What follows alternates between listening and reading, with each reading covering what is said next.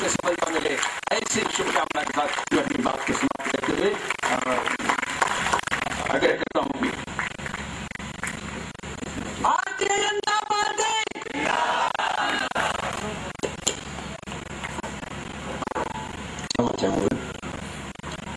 मैं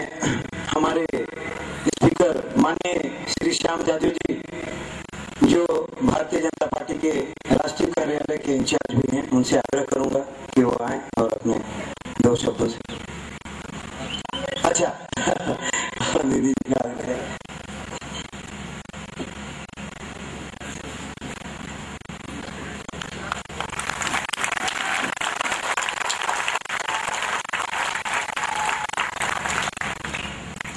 आज की कार्यक्रम की आयोजक संस्था मेडिकल आसरा के अध्यक्ष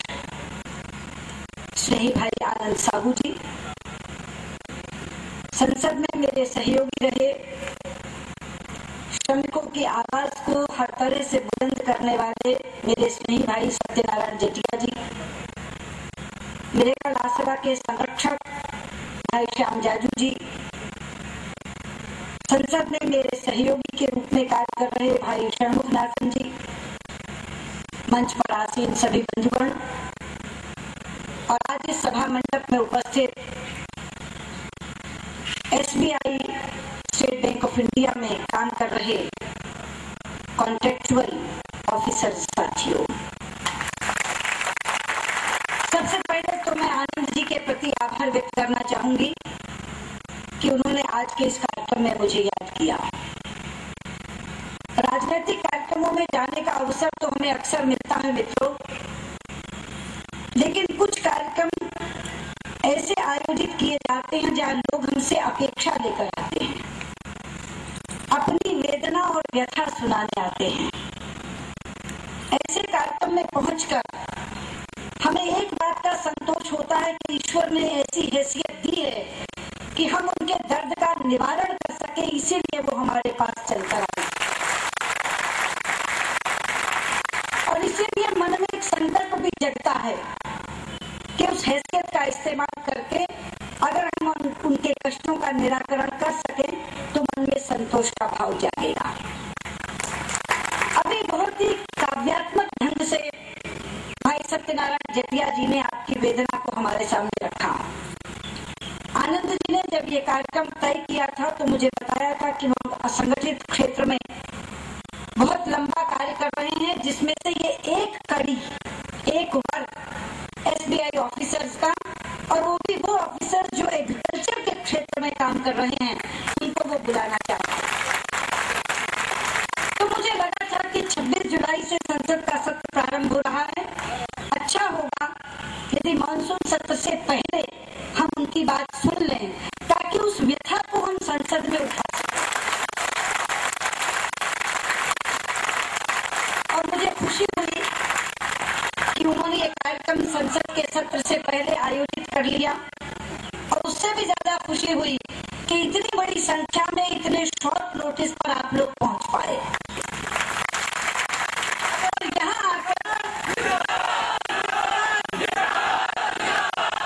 आकर ये भी देखकर खुशी हुई कि यहाँ भारत का यौवन विद्यमान है, युवजन आए,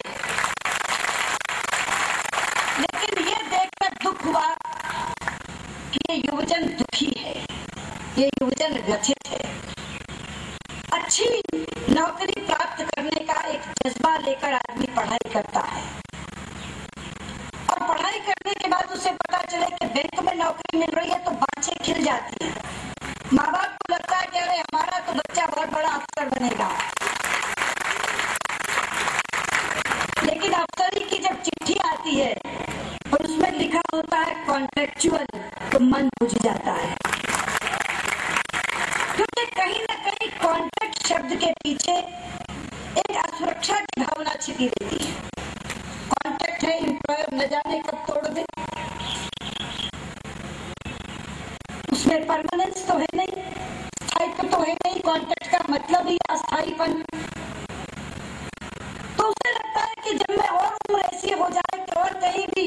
नौकरी ना प्राप्त करूं, अगर उस समय एम्प्लॉयर ने कॉन्ट्रैक्ट तोड़ा तो मैं तो सड़क पर आ जाऊंगा, मैं कहाँ जाऊंगा, और बचेगी नहीं तो मेरा तो भविष्य अंधकार में हो जाएगा। इसलिए वो नौकरी लेता तो इसलिए क्योंकि और कोई नौकरी उसके पास नहीं, लेकिन हर समय इस असुरक्षा के गर्त में गिरा रहता। उसे रात को सपने आते, अगर ये नौकरी चली गई, अरे चिट्ठी आ गई, तुम्हारा कॉन्ट्रैक्ट टर्मिनेट किया जाता है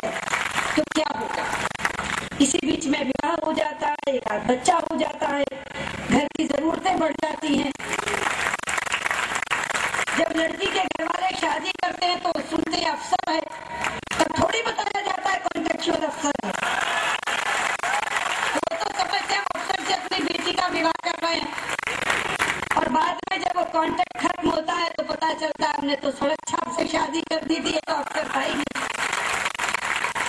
ये सारी चीजें उस समय आदमी सोचता नहीं जब योजना बनाता है। सरकार ने 2004 से ये योजना बनाई जिसमें आप लोग आए हैं, क्योंकि कृषि का क्षेत्र हिंदुस्तान का सबसे प्रमुख क्षेत्र है। बचपन से हम लोग जब भी निबंध लिखते थे, पहली लाइन लिखते थे भारत कृषि प्रधान देश है, और यहाँ आकर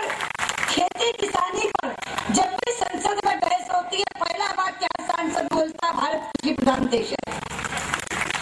भारत गांवों में बसता है, भारत में 80% लोग गांवों में रहते हैं और जिनका प्रमुख व्यवसाय खेती है। अगर आज कोई मुझसे ये पूछे कि आप इनके कॉन्ट्रेक्चुअल ऑफिसर्स को रेगुलराइज करने के लिए क्या तर्क देंगी, क्यों आप चाहती हैं कि ये रेगुलर हो जाए, तो एक वाक्य का तर्क है मेरे पास कि अगर भारत कृषि प्रधान देश है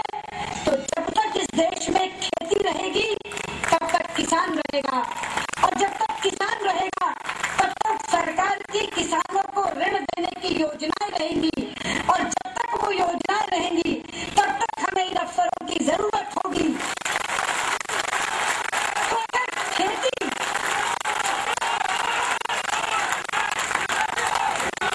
खेती इस देश का स्थायी व्यवसाय है,